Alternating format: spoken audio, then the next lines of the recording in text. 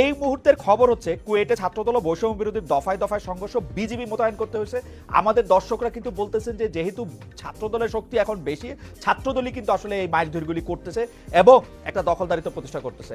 দুদু ভাই, আপনারা এখনো ক্ষমতায় আসেন নাই, এখনই যদি এই অবস্থা হয় সাধারণ মানুষের খুব ভয় পাওয়ার কারণ আছে কিনা? কোনো ভয় পাওয়ার কারণ নেই। খালেদ যদি শুনে যে কথাটা, ওটাই যে বিশ্বাসযোগ্য হবে এমন নাও হতে পারে। যেমন আমি দুপুরে নাগাদ শুনেছি যে প্রতিপক্ষ ছাত্র দলের উপর চড়া হয়েছে। তা আমি বললে বিষয়টা এমন দাঁড়ায় যে আপনি তো ছাত্র দলের প্রেসিডেন্ট ছিলেন, বিএনপি করেন, তো বিধায়ক আপনি ছাত্র দলের পক্ষ নিচ্ছেন। বাংলাদেশের অনলাইনে অনেকগুলো পত্রিকাতে আসছে যে একটি ইসলাম পছন্দ ছাত্র সংগঠন খালি প্রচারপত্র বিলি করার কারণে ছাত্র দলের উপর আক্রমণ করেছে। যদি এমনটা হয় তাহলে আপনার প্রশ্নটা আমার মনে হয় উত্তর যথাযথ দেওয়া হয়েছে। 2 নম্বর হচ্ছে, আপনি আমার বক্তব্য শেষ করার মুহূর্তে আপনি আমার সাহেব যাওয়ার আগে আমাকে একটা প্রশ্ন ছুড়ে দিয়েছিলেন, যেটা আমার মস্তিষ্কে কাজ করছে। সেটা হচ্ছে যে বর্ষা বাদলের মধ্যে ইলেকশন কেন হবে?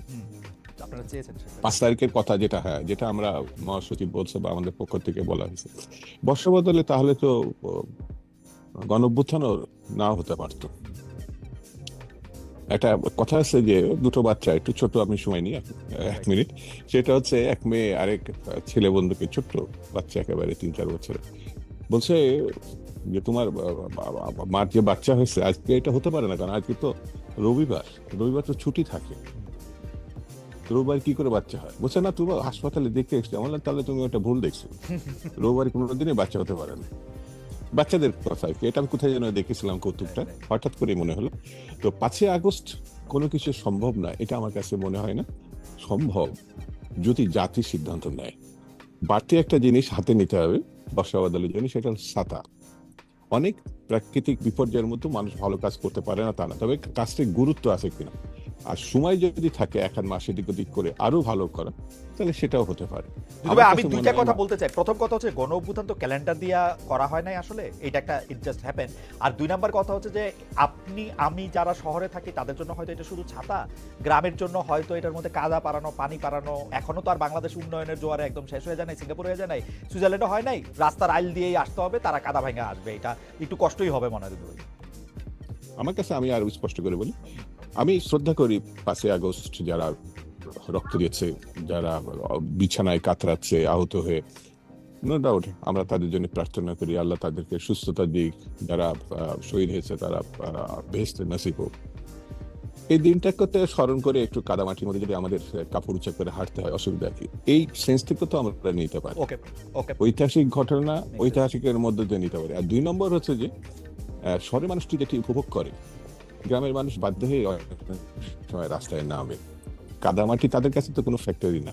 তো আমি সেই প্রসঙ্গে যাচ্ছি না, আমি মানে জাস্ট 5 আগস্টের কথাটা বিএনপি যখন বলছে সেটাকে ইয়ে করার জন্য আমি মাহবুব কালাম সাহেবকে মানে উদ্দেশ্য মানে আমি তাকে বড় বিষয়টি সমর্থন করে বলি যে এটা তো একটা বিরাট পরিবর্তন। আমরা পছন্দ করি আর না করি, অনেক জায়গায় অসামঞ্জস্যতা আছে।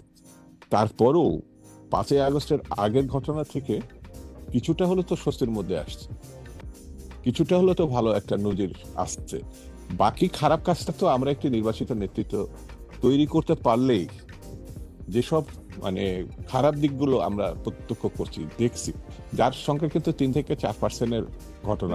আমি দুইটা বিষয় আপনার একটু দৃষ্টি আকর্ষণ করতে চাই। আপনার আগের বক্তব্যে আপনি এটা বলছেন যে এটা আসলে যাতে একটা গণতান্ত্রিক সরকার ক্ষমতা আসে সেই জন্য এই আন্দোলনটা হয়েছে, এবং একটা অগণতান্ত্রিক সরকার যে 15 বছর ধরে চাইপে বসেছিল তাদেরকে সরানো গেছে। কিন্তু ঘটনা হচ্ছে পাশাপাশি তো এই প্রশ্নটা আসলে করতে হবে, আপনারা যে সেম আরেকটা ওরকম সরকার হবেন না, এইটার তো আসলে কোনো গ্যারান্টি নাই। আর 2 নাম্বার হচ্ছে আমরা তো দেখতেছি যে এই জিনিসগুলো নিয়ে মাহবুব কামাল ভাই সবচেয়ে বেশি উদ্বিগ্ন। এই জিনিসগুলি নিয়ে আসলে বিএনপির পজিশন কি আমরা জানি না, তো বিএনপি কোনো পজিশন আদৌ নিছে কিনা মাহবুব কামাল ভাই আমাদের নিশ্চয়ই পরে আলোকিত করবেন যে এটা নিয়ে সবচেয়ে বেশি কামাল ভাই কনসার্ন, সেটা বিএনপির পজিশনটা কি আসলে। কামাল ভাই, আমি একটা মিনিট আসতেছি, শুধু পজিশনটা শুনে আসি। আপনি যেগুলিকে আসলে তুলে ধরছেন এবং আমার উপর একটু বিরক্ত হয়েছেন, আমি মাঝখানে আপনার একটু থামাইছি, এইটা একটু দুদু ভাইদের পজিশনটা একটু শুনে আসি যে পজিশনটা কি। খুব সহজ, যদি মাথা কাজ করে। আমরা শেখ মুজিবের কাছে আর যাই করি রক্ষী বাহিনী প্রত্যাশা করি নাই, আমরা একদলও প্রত্যাশা করিনি। তার মতো একটা এত বড় নেতার কাছ থেকে আমরা দুর্ভিক্ষ প্রত্যাশা করিনি। তিনি আসার পরে এরকম একটা ওলটপালট এবং যা ভয়ঙ্কর এবং বিভৎস বাংলাদেশ হবে এটাও আমরা প্রত্যাশা করিনি। আবার সেই জিয়া রহমানের মতো, যাকে আমরা নেতাই মানিনি, যিনি স্বাধীনতা ঘোষণা করছেন বলে তাকে উপহাস করছে কেউ কেউ, সেই মানুষটি আবার সাংবাদিকদের লেখার সুযোগ করে দিবেন, দুর্ভিক্ষ তিনি এড়িয়ে জাতিকে মুক্ত রাখবেন, তিনি সকল রাজনৈতিক দলকে আবার রাজনীতি করতে সুযোগ, এটাগুলো তো কেউ জিয়ার কাছে প্রত্যাশা করেনি। সেহেতু আগামী দিন এই প্রত্যাশা না করার ঘটনাই তো তিনি ঘটিয়ে গেছেন বিএনপির মধ্যে দিয়ে। বিএনপি যত সমালোচনায় হোক না কেন, বিএনপি এরকম একটি প্রায় ১ শতাব্দীর না, আপনার কাছে মনে হয় না দুদু ভাই সরকারি চাকরি থেকে এসে রাষ্ট্রের সর্বোচ্চ ক্ষমতাটা করা এটা বাংলাদেশের রাজনীতিতে এটা আসলে ঠিক হয় না, কাম মানে যেটাই যেরকমই পরিস্থিতি ছিল না হোক না কেন, এটা একটা ব্যাড প্রেসিডেন্ট সরকারি চাকরি থেকে আসে। যেমন আপনার কাছে মনে হচ্ছে না যে শেখ মুজিবের মতো এরকম একজন ব্যক্তি ওয়াদা খেলাপকারী হবে? না, সেটা আমার কাছে মনে হচ্ছে, আমি মনে করি না, মনে হয়নি বলেই তো আপনি জিয়া মনে হয়েছে প্রশংসা। এখানে যদি আওয়ামী লীগের লোক থাকতো দুদু ভাই, আপনি আমাদের ট্রাস্ট করেন, আওয়ামী লীগের লোক থাকলে আমি এই প্রশ্নটা এই তার সম্পর্কেই করতাম। আমি এইটা বলতেছি যে এটা ব্যাড প্রেসিডেন্ট না, আপনি খারাপটাকে আলোচনায় আনে ভালোটাকে খারাপ করা যায় কি করে?